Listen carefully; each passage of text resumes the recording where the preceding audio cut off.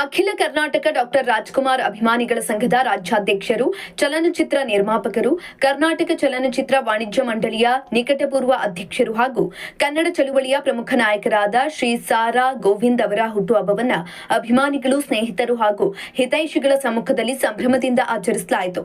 ಈ ಸಂದರ್ಭದಲ್ಲಿ ಕೇಕ್ ಕತ್ತರಿಸಿ ಎಲ್ಲ ಕನ್ನಡ ಪರ ಸಂಘಟನೆ ರಾಜ್ಯಾಧ್ಯಕ್ಷರು, ಚಿತ್ರರಂಗದ ಗಣ್ಯರು, ನಿರ್ಮಾಪಕರು, ಚಿತ್ರ ನಿರ್ದೇಶಕರು, ಡಾಕ್ಟರ್ ರಾಜ್ಕುಮಾರ್ ಅಭಿಮಾನಿಗಳ ಸಂಘದ ಅಧ್ಯಕ್ಷರು, ಅಭಿಮಾನಿಗಳು ಹಾಗೂ ಶ್ರೀ ಸಾರಾ ಗೋವಿಂದ್ ಅವರಿಗೆ ಹಾರ ಹಾಕಿ ಚಾಲು ಹೊದಿಸಿ ಗೌರವ ಸಲ್ಲಿಸಿ ಉತ್ತಮ ಆರೋಗ್ಯ, ದೀರ್ಘಾಯುಷ್ಯ ಹಾಗೂ ಇನ್ನಷ್ಟು ಸಮಾಜಮುಖಿ ಸೇವೆ ಮಾಡುವ ಶಕ್ತಿ ಲಭಿಸಲಿ ಅಂತ ಹಾರೈಸಿದ್ದಾರೆ.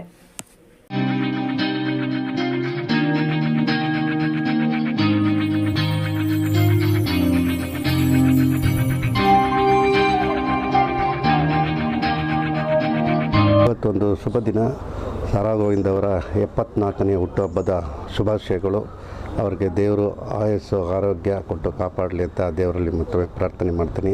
ಅವರು ಇದೇ ರೀತಿ ಕನ್ನಡ ಹೋರಾಟನ ಇನ್ನಷ್ಟು ಉತ್ತುಂಗಕ್ಕೆ ಬೆಳಿಬೇಕು.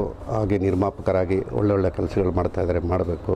ಸಮಾಜ ಸೇವೆ, ಡಾಕ್ಟರ್ ರಾಜ್ಕುಮಾರ್ ಅಭಿಮಾನಿ ಸಂಘದ ಅಧ್ಯಕ್ಷರಾಗಿ ಇದುವರೆಗೂ ಅವರು ಏನೇನು ಒಳ್ಳೊಳ್ಳೆ ಕೆಲಸ ಮಾಡಿದಾರೋ ಅದೇ ಥರ ಮುಂದಿನ ಅವರು ಆಯುಸ್ ಪೂರ್ತಿ ದೇವರವರು ಕೊಟ್ಟು ಆ ಕಾರ್ಯಗಳನ್ನು ಯಶಸ್ವಿಗೊಳಿಸಬೇಕು ಅಂತ ನಾನು ದೇವರಲ್ಲಿ ಪ್ರಾರ್ಥನೆ ಮಾಡ್ತೀನಿ.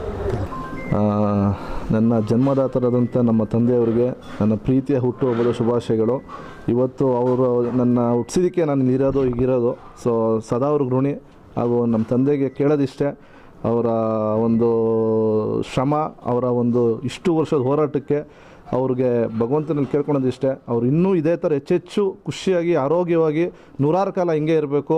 ಇಷ್ಟೇ ಎಲ್ಲ ಅಭಿಮಾನಿಗಳ ಜೊತೆ ಹಿಂಗೆ ಖುಷಿಯಾಗಿ ಅವ್ರ ಅಭಿಮಾನಿಗಳು ಇನ್ನೂ ಹೆಚ್ಚಿನ ರೀತಿ ಸಂಪಾದಿಸಿ ಇನ್ನೂ ಅವರು ಹೆಚ್ಚು ಕಾಲ ನಮ್ಗಳ ಜೊತೆ ನಮ್ಮ ಮಧ್ಯದಲ್ಲಿ ಇದೇ ಥರ ಅನೇಕ ಈ ಒಂದು ನಾಡಿಗೆ ಸೇವೆ ಸಲ್ಲಿಸೋಂಥ ಒಂದು ಶಕ್ತಿ ಆ ತಾಯಿ ಚಾಮುಂಡೇಶ್ವರಿ ಕೊಡಲಿ ಅಂತ ಕೇಳ್ಕೊತೀನಿ. Thank you. ಮೊದಲನೇದಾಗಿ ಕನ್ನಡದ ಅಪ್ರತಿಮ ಓಟಗಾರರಾದಂಥ ಸಾರಾ ಗೋವಿಂದನವ್ರಿಗೆ ಹುಟ್ಟುಹಬ್ಬದ ಹಾರ್ದಿಕ ಶುಭಾಶಯಗಳು. ಭಗವಂತ ರಾಯರು ಅವ್ರಿಗೆ ಇನ್ನೂ ಹೆಚ್ಚಿನ ಆರೋಗ್ಯ, ಆಯುಷ್ಯ ಕೊಟ್ಟು ಇನ್ನೂ ಕರ್ನಾಟಕಕ್ಕೆ ಇನ್ನೂ ಹೆಚ್ಚಿನ ಕೊಡುಗೆ ಕೊಡುವಂಥ ಶಕ್ತಿನ ಕೊಡಲಿ ಅಂತ ನಾವು ರಾಯರಲ್ಲಿ ಕೇಳ್ಕೊತೀವಿ.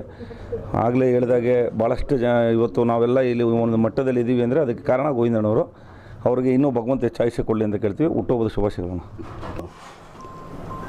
ನನ್ನ ಮೇಲಿರೋ ಪ್ರೀತಿಗಿನ್ನ ಹೆಚ್ಚಾಗಿ ನಾನು ಮಾಡಿರುವಂಥ ಒಂದು ಸೇವೆ, ಕನ್ನಡದ ಸೇವೆ, ಅದಕ್ಕೆ ಗೌರವವನ್ನು ಕೊಡ್ತಾ ಇದ್ದಾರೆ ಅಂತ ನಾನು ಅಂದ್ಕೊಂಡಿದ್ದೀನಿ. ಅವ್ರು ಅಂದ್ಕೊಂಡಿರೋದು ನಾನು ಅಂತ. ಅದಕ್ಕೆ ಎಲ್ಲ ಕಾರಣ ನನ್ನ ಆ ಹೋರಾಟ. ನನ್ನ ಹೋರಾಟದಲ್ಲಿ ಯಾವತ್ತೂ ಒಂದು ಕಪ್ಪು ಚುಕ್ಕಿ ಇಲ್ಲದೆ ತೊಗೊಂಡಿದ್ದೀನಲ್ಲ, ಅದು ಒಂದು ದೊಡ್ಡ ಖುಷಿ ನನಗೆ. ಹಾಗಾಗಿ ಇವತ್ತು ಅವರು ಆ ಒಂದು ಪ್ರೀತಿಯನ್ನು ಇವತ್ತು ಎಲ್ಲರಿಗೂ ನನ್ನ ಮೇಲೆ ಇಟ್ಟಿದ್ದಾರೆ. ಖಂಡಿತವಾಗಿ ಅದನ್ನು ಉಳಿಸ್ಕೊಳ್ತೀನಿ, ಬೆಳೆಸ್ತೀನಿ. ಮತ್ತು ಸದಾ ಕೊನೆ ಉಸಿರಿರೋವರೆಗೂ ಕೂಡ ಕನ್ನಡದ ಹೋರಾಟದಲ್ಲೇ ನಾನು ಕೊನೆ ಆಗ್ತೀನಿ.